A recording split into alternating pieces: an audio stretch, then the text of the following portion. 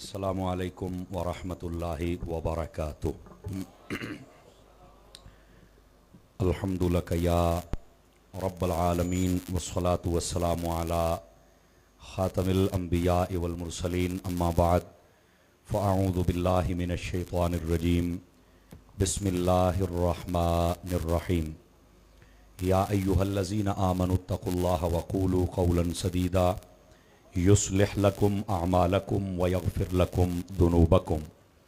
सदक़ल्लाहुल अज़ीम। इन्नल्लाह व मलाइकतहु युसल्लूना अलन नबी या अय्युहल्लज़ीना आमनू सल्लू अलैहि वसल्लिमू तस्लीमा।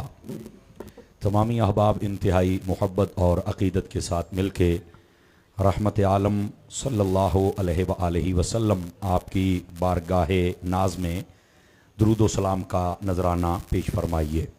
अस्सलातु वस्सलामु अलैका या सय्यदी या रसूलल्लाह व अला आलिका व अस्हाबिका या सय्यदी या हबीबल्लाह।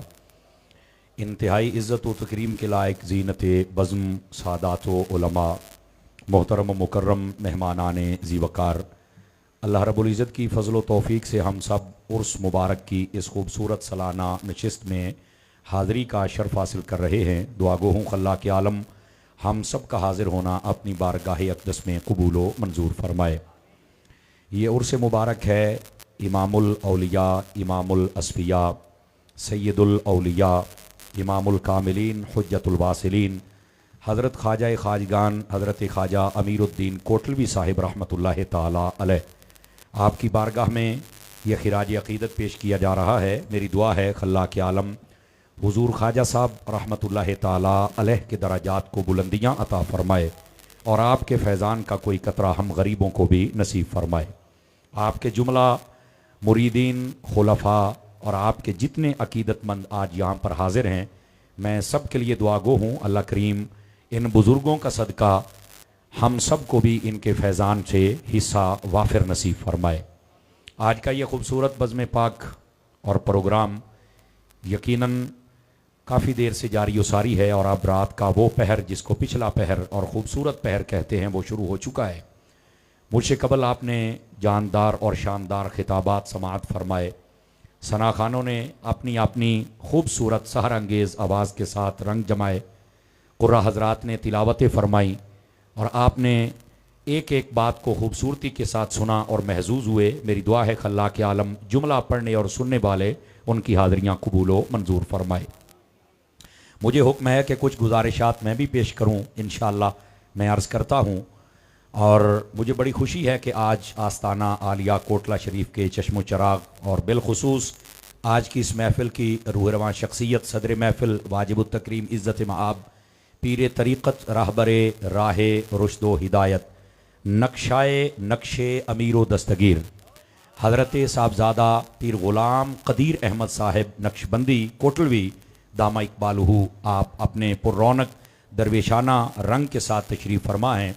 मेरी दुआ है अल्लाह के आलम हज़रत की ज़िंदगानी में बरक़ात अता फ़रमाए और इनके साथ साथ नाशिर उलूम अमीरो दस्तगीर हमारे बहुत ही प्यारे वीर और आप लोगों के पीर, हमारी अहले सुन्नत की एक गैरतमंद और जानी पहचानी पूरी दुनिया में शख्सियत पीर तरीक़त खादिम शरीयत इज़्ज़त मआब हज़रत साहबज़ादा पीर मुफ्ती मियाँ मोहम्मद तनवीर अहमद साहिब कोटलवी दामा इकबालहू आप भी अपने पुर्रौनक चेहरे के साथ जलवागर हैं। और आपके साथ साथ मेरी मोहब्बत जिनको मैं हकीम मिल्लत कहता हूँ हज़रत साहबज़ादा पीर ज़हीर अहमद साहिब कोटलवी नक्शबंदी दामा इकमालहू आप भी तशरीफ़ फरमा है। मेरी दुआ है अल्लाह के आलम हज़रत की ज़िंदगानी में भी बरक़ात अता फ़रमाए। जुमला सज्जादगान व शहज़ादगान जितने भी यहाँ तशरीफ़ फरमा है मैं सब के लिए दुआ गो हूँ। उलमा, कुर्रा हज़रात, दूर व नज़दीक से आने वाले मेहमान, मेरी दुआ है अल्लाह रब्बुल इज़्ज़त आप सब की झोलियाँ भी अपनी रहमतों से माला माल फरमाए। अज़ीज़ान गिरामी, एक हदीस शरीफ से मैं बात का आगाज़ करता हूँ। हुज़ूर नबी रहमत सल्लल्लाहु अलैहि वसल्लम आपने इरशाद फरमाया, मन सल्ला अलैया मिअतन, फरमाया जो बंदा मेरी ज़ात पर 100 मरतबा दुरूद पाक पढ़ता है, कतबल्लाहु बैना ऐनैहि, अल्लाह ताला उसकी दोनों आँखों के दरमियान यानी यहाँ माथे पर लिख देता है बराअतम मिनन नार व बराअतम मिनन निफाक कि ये बंदा मुनाफिकत से भी आज़ाद है और जहन्नुम से भी आज़ाद है। ये बहुत बड़ी शहादत है। 100 मरतबा दरूद पाक पढ़ने वाले को मुयस्सर आती है। अगर दरूद ज़्यादा पढ़ें तो बरक़ात बेशुमार हैं। अल्लाह मुझे और आप सबको अमल की तौफीक अता फरमाए। अब आइए, जो आया करीमा मैंने पढ़ी है उसका सहारा लेकर आपकी खिदमत में चंद पैगामात अर्ज़ करने हैं। मुझे इस बात का एहसास है कि वक्त काफ़ी गुजर चुका और अब कईयों को नींद के झोंके भी आ रहे हैं और कईयों की आंखें भी सुर्खी माइल हैं, लेकिन आप थोड़ा सा मुझे वक्त दीजिए ताकि फ़कीर आपकी खिदमत में कुछ गुजारिशात पेश कर सके। अल्लाह रब्बुल इज़्ज़त ने इरशाद फरमाया, या अय्युहल्लज़ीना आमनुत्तकुल्लाह, ए ईमान वालो तक़वा इख्तियार करो। और उसके बाद फरमाया, वक़ूलू क़ौलन सदीदा, जब भी तुम्हें बात करनी पड़े तो बात हक और सच करनी है। उस बात के अंदर झूठ ना हो और उस बात के अंदर मुदाहनत ना हो। फरमाया जो सच्चाई और दयानत और हक पर मबनी बात है वो तुमने बात करनी है। इसका फ़ायदा क्या होगा? फरमाया युस्लिह लकुम आमालकुम, अल्लाह तुम्हारे आमाल की इस्लाह फरमा देगा। उलमा फरमाते हैं इस्लाह आमाल का ये फार्मूला ये खुद रब्बे कदीर ने कुरान मजीद में इरशाद फरमाया कि जो बंदा ईमान लाने के बाद तकवा इख्तियार करे और उसके बाद अपनी ज़िंदगी का हर कदम सच्चाई पर उठाए, फरमाया अल्लाह ताला उसके आमाल की इस्लाह फरमा देता है। अब लोग हमसे कहते हैं कि इस्लाह आमाल पर बात करें और फिर वहां पर एक अमल या दो अमल या तीन अमल को डिस्कस किया जाता है। ये आयत तय्यबा के अंदर नुक्ता ऐसा इरशाद फरमाया गया कि अगर बंदा इस पर अमल कर ले तो इंसान के जितने आमाल सालिहा हैं उन सब की अल्लाह इस्लाह फरमा देता है। तो इस वास्ते ईमान वाले को तकवा और तकवे के बाद सच्चाई और दयानत पर अपनी जिंदगी के खतूत रखने चाहिए, तो वो बंदे के आमाल की इस्लाह हो जाती है। लेकिन सवाल ये है, जिस बंदे ने सच्चाई का दामन थाम लिया, तकवा इख्तियार किया, वो बंदा, उसके आमाल की इस्लाह तो हो जाएगी, आमाल की दुरुस्ती तो हो जाएगी, लेकिन जो पिछली जिंदगी के गुनाह हैं और खताएं हैं वो किधर जाएंगी? तो अल्लाह रब्बुल इज़्ज़त ने फरमाया यगफिर लकुम ज़ुनूबकुम, जब वो बंदा अपनी इस्लाह कर लेगा, यानी ईमान लाने के बाद तकवा और तकवे के बाद सच्चाई पर अपनी जिंदगी गुजारना शुरू करेगा, डबल फायदा होगा। फरमाया आने वाली जिंदगी के अंदर इस्लाह हो जाएगी और गुजरी हुई खताओं पर अल्लाह ताला मुआफी अता फरमा देगा। आवाज कमजोरों वाली है आप हजरात की। तो ये दो फायदे बयान किए गए कि एक, जब बंदा ईमान और तकवा और सच पर अपनी जिंदगी गुजारे तो अल्लाह ताला उसके आमाल की इस्लाह फरमा देता है, और दूसरा, जो पीछे खताएं हैं अल्लाह रब्बुल इज़्ज़त उनको मुआफ फरमा देता है। ये तो कुरान मजीद की इस आयत से हमें मिल गया पैगाम। लेकिन आइए, इसके अंदर जो फलसफा है वो ये है कि यहां पर बात हो रही है इस्लाह की, लेकिन याद रख लीजिए हजरात, इस्लाह होती है दो चीजों की, एक है इस्लाह अकीदा और एक है इस्लाह अमल। और याद रख लीजिए, इस्लाह अकीदा पहले है और इस्लाह अमल बाद में है। मैं ज्यादा आपको शायद डिस्टर्ब नहीं कर सकूंगा, लेकिन आपने इस बात का एहसास दिलाना है कि हमें समझ आ रही है। पहले है इस्लाह अकीदा और बाद में है इस्लाह अमल।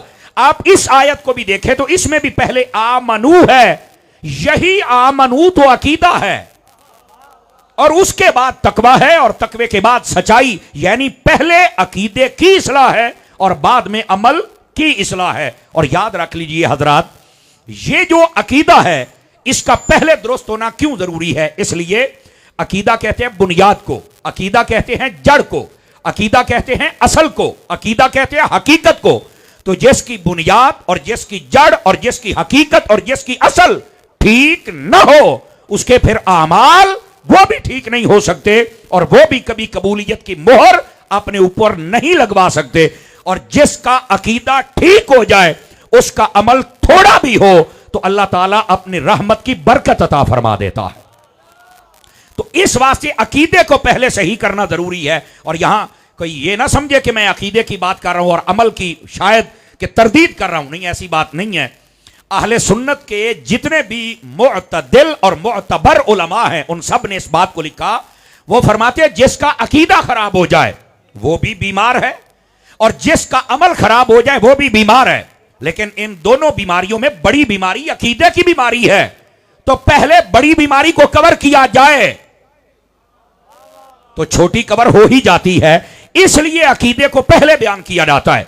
और दूसरा, मैंने कहा कि ये जो अकीदा है ये असल है, इसलिए इसको पहले बयान किया जाता है। अब एक अगली बात भी मैं आपकी खिदमत में अर्ज करूं।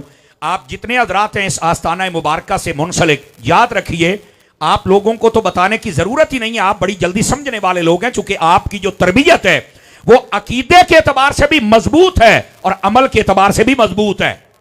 समझ आई ना? लेकिन इस फकीर और हकीर की इस बात को जरा समझने की कोशिश करना। ये जो अकीदा होता है, इस जुमले की नजाकत समझना, और मैंने आपको चेक करना है इस बात पर कि आप कितना समझ रहे हैं। ये जो अकीदा होता है, याद रखिए ये कभी बदल नहीं सकता है। आप कहेंगे अतारी साहब ये क्यों नहीं बदल सकता? मैंने कहा ये नहीं हो सकता कि 10-15 मौलवी और पीर इकट्ठे होकर बैठे और 10-15 सालों के बाद कहें ये मसला यूं नहीं यूं है, यूं नहीं यूं है, ये अकीदा ऐसे नहीं ऐसे है। ये कभी नहीं बदल सकता। क्यों? इसलिए कि अकीदा निकलता है कुरान से। जैसे कुरान नहीं बदल सकता वैसे अकीदा भी नहीं बदल सकता है।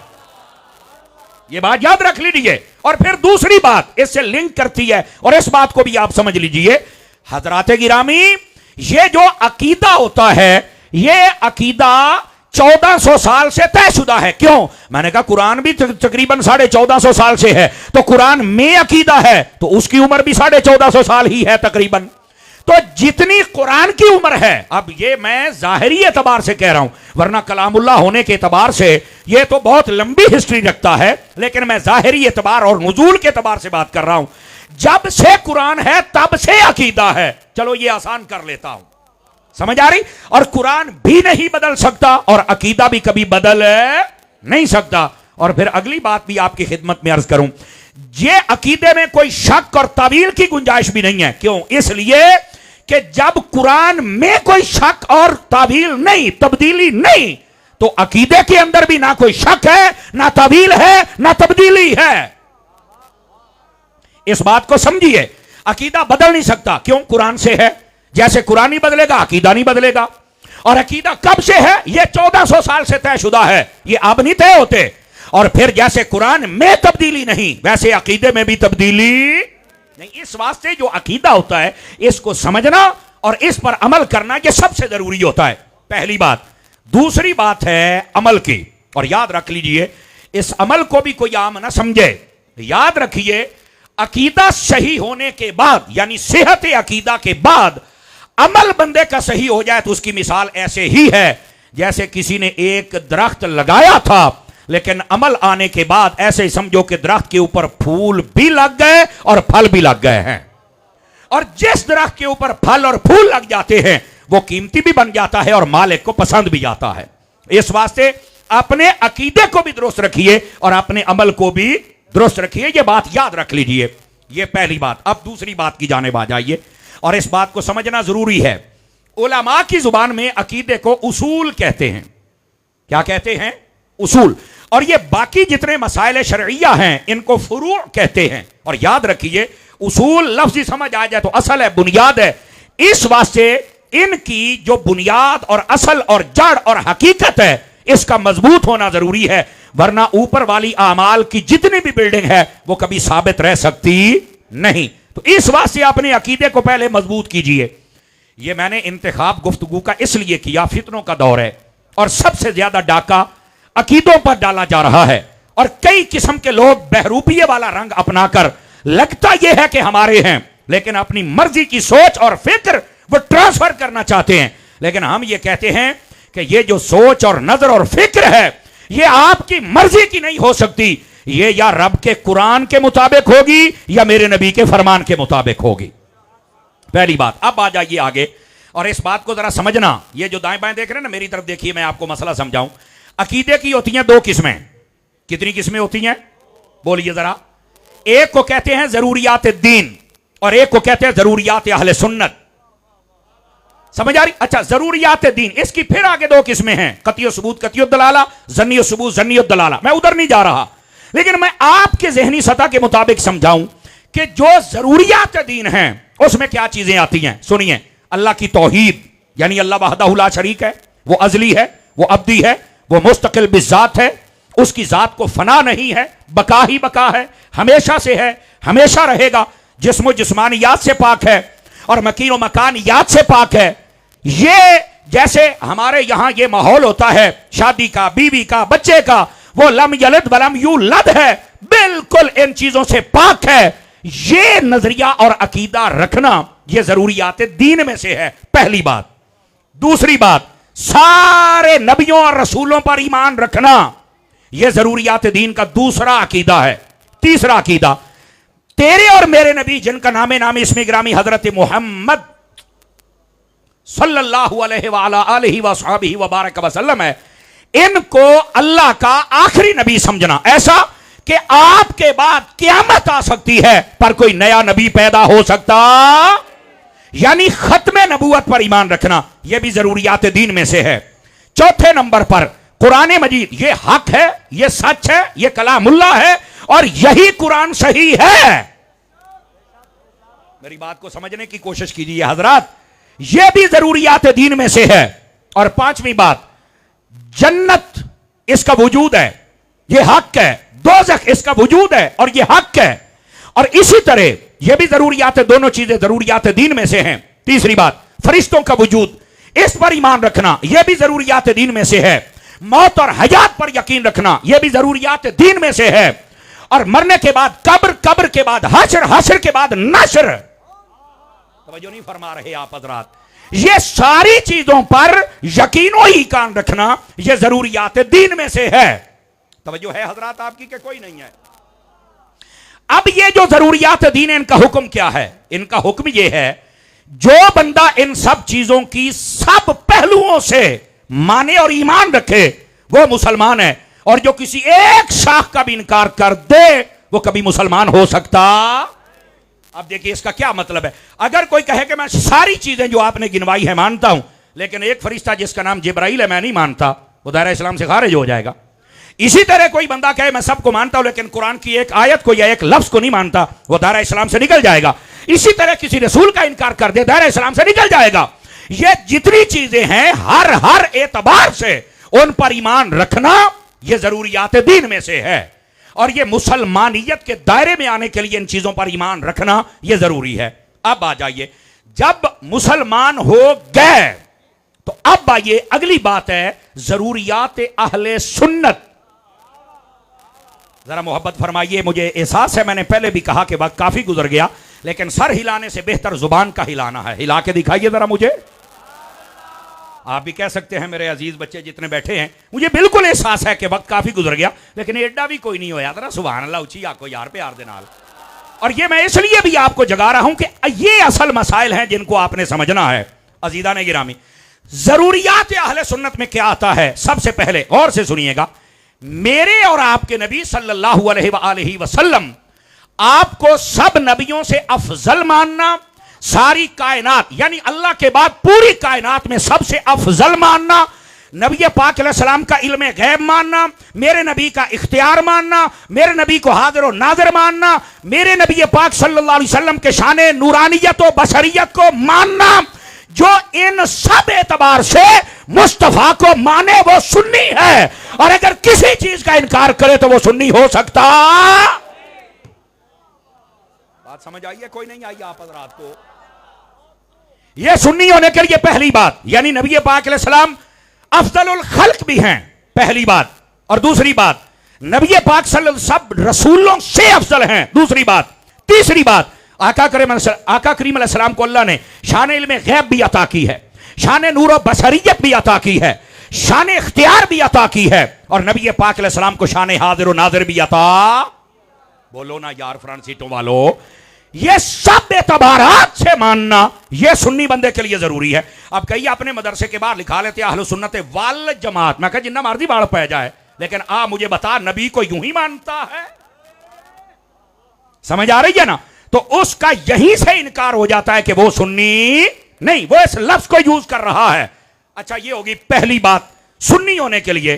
अब दूसरी भी सुनिएगा, और इस बात पर आपकी जबरदस्त तरबियत है इस स्टेज और इस आस्ताने से, और बिलखुसूस मेरे बरादर अकबर, मेरे मुखलिस, मेरे अखलस, मेरे भाई हजरत अल्लामा पीर मुफ्ती मियां मोहम्मद तनवीर अहमद साहब कोटली दामा इकबाल करिया करिया नगर नगर गली गली जाकर ये अकीदा अहले सुन्नत की तर्जुमानी करे, और वो ये है कि जब नबी पाक अलैहिस्सलाम को इन एतबारात से मान लिया जाए, उसके बाद इस कायनात आलम में नबी पाक सल्लल्लाहु अलैहि वसल्लम के सहाबियों में से हजरत अबू बकर सिद्दीक रज़ी अल्लाह ताला अन्हो को नबियों के बाद कायनात बशरी में सबसे अफजल समझना यह सुन्नी होने के लिए जरूरी है।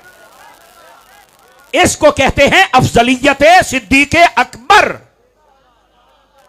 तवज्जो है कि ये तो वैसे ही नक्शबंदियों का आस्ताना है और मैं तो आपके शेख कबीर का नाम ले रहा हूं ना। समझ आ रही है मेरी बात की? यानी नबियों के बाद इस कायनात बशरी में सबसे अफजल हजरत अबू बकर है। अच्छा चलो थोड़ी सी मैं आपकी तार और छेड़ता हूं और हूं मैं ए वेख्यो मैं थोड़ा जा मठा बोलता मैं थोड़ी आवाज चेक करनी है। हजरत अबू बकर सिद्दीक को जब अफजल मानना है ना तो इसके 2-3 शाखें और भी हैं। क्या? हजरत अबू बकर सिद्दीक सब सहाबा से अफजल भी हैं, पहली बात। दूसरी बात, नबी पाक के खलीफा बिला फसल भी हैं। चलो अजे भी को 8-10 बंदे रह गए, बाकी सारे छाट लगी है ए मुहब्बत आली। हूं जरा अगला करंट ये भी सुनिया जे, जैसे हजरत अबू बकर सिद्दीक को सबसे अफजल मानना जरूरी है वैसे ही खलीफा बिला फसल मानना यह भी सुन्नी होने के लिए जरूरी है। और तीसरी बात, हजरत अबू बकर सिद्दीक को मुस्तफा का जाहिरी खलीफा मानना भी जरूरी है, बातनी खलीफा मानना भी जरूरी है। बोलो ना यार, सूफी को जगाओ, तवज्जो मेरी तरफ फरमाइए। कोई बात समझ आई है? कोई नहीं आई आप हजरात को? इस बात को समझिए हजरत। हजरत अबू बकर सिद्दीक रज़ी अल्लाह ताला अन्हु आप अफजलुल बशर बादल अंबिया बितहकीक भी हैं, नंबर 1। आप खलीफा बिला फसल भी हैं, नंबर 2। और आप नबी पाक अलैहिस्सलाम के जाहिरी खलीफा भी हैं, बातनी भी हैं। और जो इन तीनों बातों में किसी एक बात में डंडी मारे वो सुन्नियों में छुपा हुआ राफजी तो हो सकता है, वह कभी सुन्नी नहीं हो सकता है। आवाज कमजोरों वाली है, जवानों वाली निकालिए जरा। अब समझ आइए, यह सुन्नी होने के लिए जरूरी है।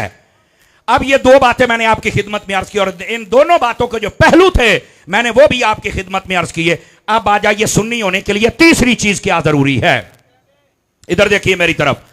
सुन्नी होने के लिए जरूरी है कि वो नबी पाक सल्लल्लाहु अलैहि वसल्लम के तमाम सहाबा को जन्नती माने। फिर कई बंदे ने सिर हिला के गुजारा किया है। समझ आ रही है? यह सुन्नी होने के लिए जरूरी है। और अगर कोई अपने आप को सुन्नी कहलाए और किसी एक सहाबी के लिए यह नजरिया ना रखे, याद रख लो वो नीम राफजी है। वो सुन्नी तमाम सहाबा को जन्नती मानना यह सुन्नी होने के लिए कितनी चीजें मैंने गिनवाई हैं? बोलो बोलो बोलो बोलो। 3 चीजें। अब आ जाइए चौथी बात। सुन्नी होने के लिए जरूरी है कि जब नबी पाक सल्लल्लाहु अलैहि वसल्लम की अहले बैत का जिक्र आए तो पता है अहले बैत में किस किस को शुमार करे? नहीं, मुश्किल मकाम नहीं है लेकिन आपको समझाना जरूरी है। एक तरतीब के साथ बात लेके चल रहा हूं। जब लफ्ज़ अहले बैत आए तो वो अपनी मनपसंद की शख्सियत को अहले बैत ना समझे बल्कि उन्हें अहले बैत समझे जिनको कुरान ने कहा है या मेरे मुस्तफा के फरमान ने कहा है। तो आपका बेटे मोबाइल से निकलना, बेटे थोड़ा सा मुझे टाइम दे दीजिए, थोड़ा सा आपकी मेहरबानी, तवज्जो फरमाइए। जब लफ्ज़ अहले बैत बोला जाए तो पता है इसमें 4 किस्म की हस्तियां आती हैं, सुन लीजिए। और मैंने आपके चेहरों को गुलाब के फूल की तरह खिलते भी देखना है क्योंकि आपके दिलों को जो रूहानियत का पानी ख्वाजा अमीरुद्दीन ने लगाया है ना और ख्वाजा गुलाम दस्तगीर ने लगाया है, आज उसकी खुशबू सूंघने का वक्त आ गया है। और अब मैं आपको चेक करता हूं, जरा ध्यान फरमाइएगा। अगर आप ना भी बोले तो तब भी आप पक्के सुन्नी हैं, लेकिन ये एक मोहब्बत और महफिल का ज़ौक़ होता है। अब आपको चेक करते हैं और जो कोई ना बोल सके साथ वाला बुलवा ले। अब ये बात सुनिएगा, जब लफ्ज़ अहले बैत बोला जाए 4 किस्म की हस्तियां। सबसे पहले अहले बैत में मेरे नबी की सारी बीवियां हैं। शाबाश शाबाश शाबाश, ये हक अदा किया है आपने। दूसरे नंबर पर मेरे नबी की सारी बेटियां हैं और इसमें नबी पाक के बेटे भी हैं, यानी टोटल औलाद है। और आपको पता होना चाहिए नबी करीम अलैहिस्सलाम की औलाद अक़दस की तादाद 7 है। असह कौल के मुताबिक 6 का कौल भी है, 8 का कौल भी है, लेकिन 7 पर एतमाद और इत्तेफाक ज्यादा उलमा ने फरमाया। इनमें 4 मुबारक शहजादियां हैं और यहां पर एक मेरा जुमला जिम्मेदारी से सुन लीजिए, दाएं बाएं देखिए, अगर कोई सो रहा है जगह उसका अकीदा ठीक हो जाए। और वो ये है नबी पाक की 4 मुबारक शहजादियां, और जो नबी करीम अलैहिस्सलाम की 3 शहजादियों का इनकार करता है, सुन लो, हम तुम्हें बंदा भी नहीं समझते हैं। समझ आ रही है? कोई नहीं आ रही आप हजरात को? बंदा भी नहीं समझते, मुसलमान समझना तो बड़ी दूर की बात है। सूफी साहब जरा सुभान अल्लाह फरमाएंगे आप मोहब्बत के साथ? तवज्जो है ना हजरात आपकी? अच्छा, फिर अगली बात भी सुनिएगा। मैं हजरत पीर साहिबान की तवज्जो चाहता हूं, और अब आपने हुजूर पीर साहिबान के मुबारक चेहरे को देखना है। अगर ये मुझे शाबाश दे तो फिर आपका हक जरूर बनता है। ये पता है जो नबी पाक की बेटियों के मुनकिर हैं, उनके बारे में हमने नजरिया क्या रखना है? याद रख लो, 2 पहलुओं से बात करूंगा। पहली बात, आप किसी भी मकतबा फिक्र के बड़े जितने पुराने गुजर गए उलमा, वो सुन्नी हूं, वो शिया हूं, वो वाबियों, वो देवबंदी हूं, आप उनकी किताबें उठा के देख लें, सब ने लिखा है कि नबी पाक की 4 शहजादियां हैं। किसी ने इनकार नहीं किया। ये इनकार करने वाले ये तो 10-20 साल से पैदा होने वाली चबड़े हैं, जिनको अपने बाप का भी नहीं पता है कि बाप कौन है। सदके जामा, सिर ना हिलाओ। ये पहली बात। और दूसरी बात यह है, मैं कुरान मजीद से साबित करता हूं, बेटियों को नापसंद करना यह मुसलमानों की अलामत नहीं है, यह काफिरों की अलामत है। आप कहेंगे वो कहां है? न अल्लाह रब्बुल इज्जत फरमाता है, इज़ा बुशिरा अहदुहुम बिल उनसा ज़ल्ला वजहहु मुस्वद्दन व हुवा कज़ीम। फरमाया जब काफिरों को पता चलता, यह खुशखबरी मिलती कि अल्लाह ने बेटी अता की है, तो फरमाया उनके चेहरे काले हो जाते थे। सदके जाऊं अपने रब की जात पर। अल्लाह ने आख्या ਜਿਹੜੇ ਕਾਫਰ ਨੇ ਨਾ, ਇਹਨਾਂ ਨੂੰ ਜਦੋਂ ਧੀਆਂ ਦਾ ਪਤਾ ਚੱਲਦਾ ਹੈ ਨਾ, ਇਹਨਾਂ ਦਾ ਮੂੰਹ ਕਾਲਾ ਹੋ ਜਾਂਦਾ ਹੈ, ਕਾਲਾ ਹੋ ਜਾਂਦਾ ਹੈ। ਅੱਲਾ ਨੇ ਪੀਲਾ ਨਹੀਂ ਆਖਿਆ, ਨੀਲਾ ਨਹੀਂ ਆਖਿਆ, ਕਾਲਾ ਆਖਿਆ। ਤੇ ਜਿਹੜਾ ਆਪਣੀਆਂ ਧੀਆਂ ਦਾ ਮੁਨਕਿਰ ਹੈ, ਜੇ ਉਹ ਕਾਲਾ ਹੈ, ਤੇ ਜਿਹੜਾ ਨਬੀ ਦੀਆਂ ਧੀਆਂ ਦਾ ਮੁਨਕਿਰ ਹੈ, ਉਹ ਕਿੰਨਾ ਕਾਲਾ ਹੈ? यार हाथ उठा के तो बोलो ना। बात समझ आई है हजरात के? कोई नहीं आई है?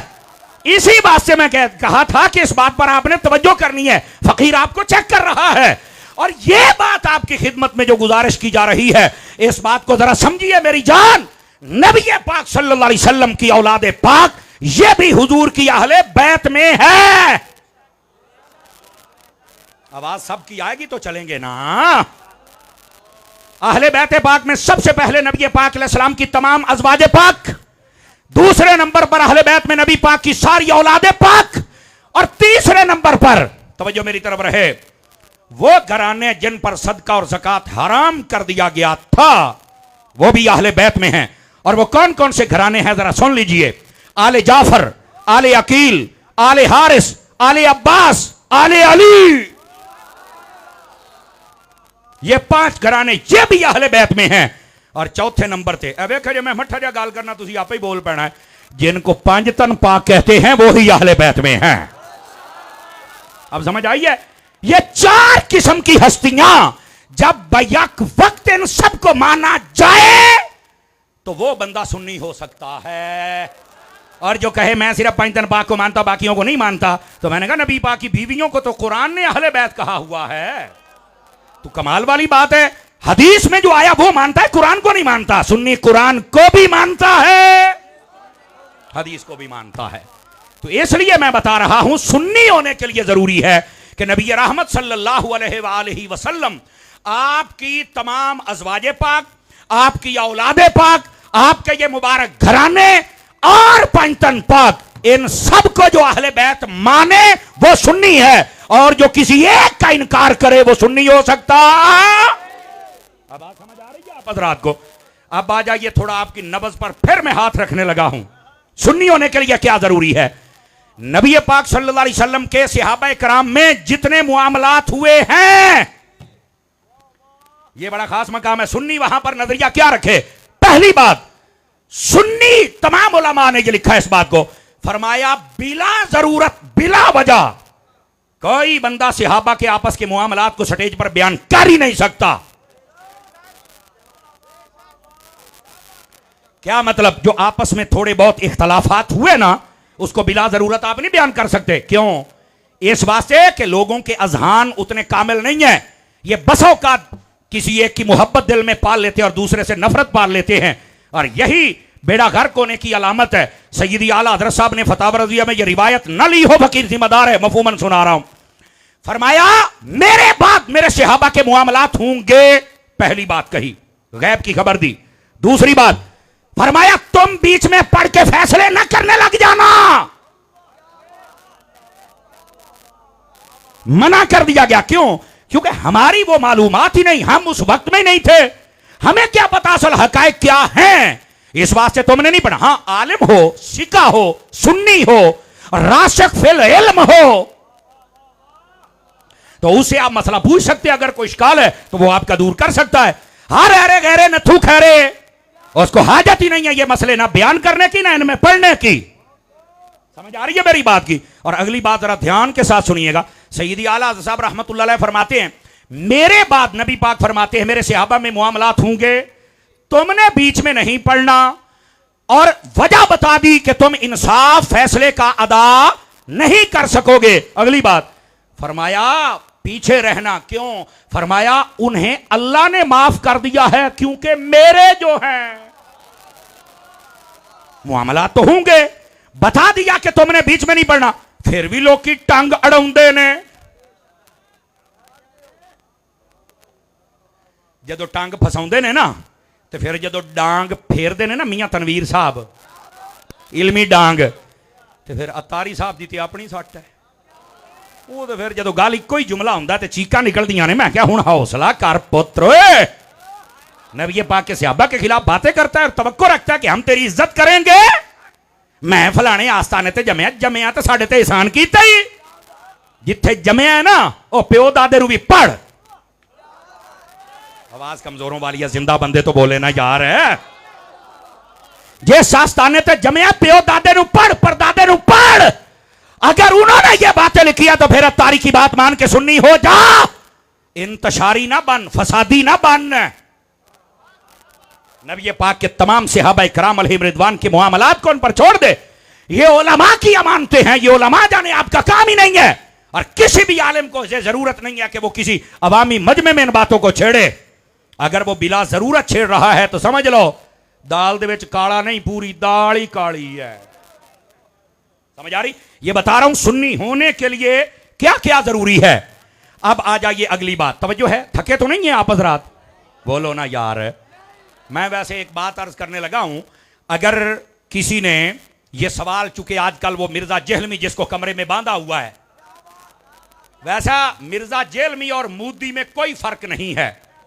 वो भी बेगैरत मूदी रात को छुपकर हमला करता है और सामने नहीं आता हमारी पाक फौज के, लुक लुक के हमले करदा खुसरा। और इसी तरह मिर्जा भी कमरे में छुप के बैठा हुआ साढ़े सामने नहीं आउंदा खुसरा। बोलो तो सही ना यार है। मोदी अगर हिम्मत है तो सामने आ। और तैनू रहील शरीफ दसे, और तैनू साडा chief of army staff Syed Wasim Munir दसे। और मिर्जे आज हिम्मत है ते बाहर आ, तैनू अतारी दसे। हर गैरतमंद सुन्नी बोल सकता है। मोदी में और मिर्जे में आने का फर्क नहीं है।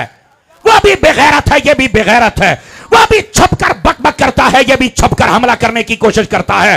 लेकिन याद रखना, इस जुमले को समझा जाए। इच्छा मैं तुम्हारे हाथ भी उठे हुए देखने ने। मैंने कहा जैसे पाकिस्तान की सरहद की हिफाजत करने वाला फौजी, ये तुम्हें अच्छा लगता है कि ये हम सब सुकून में है कि ये बॉर्डर पे खड़ा है, तो जो आलिम होता है वो अकीदे के बॉर्डर का फौजी है। और जिवें अपने फौजियां नाल प्यार कर दे हो, वो इसे तरह अकीदा बयान करने वाले नाल भी करो। जिंदा बंदा हिला जुला लो।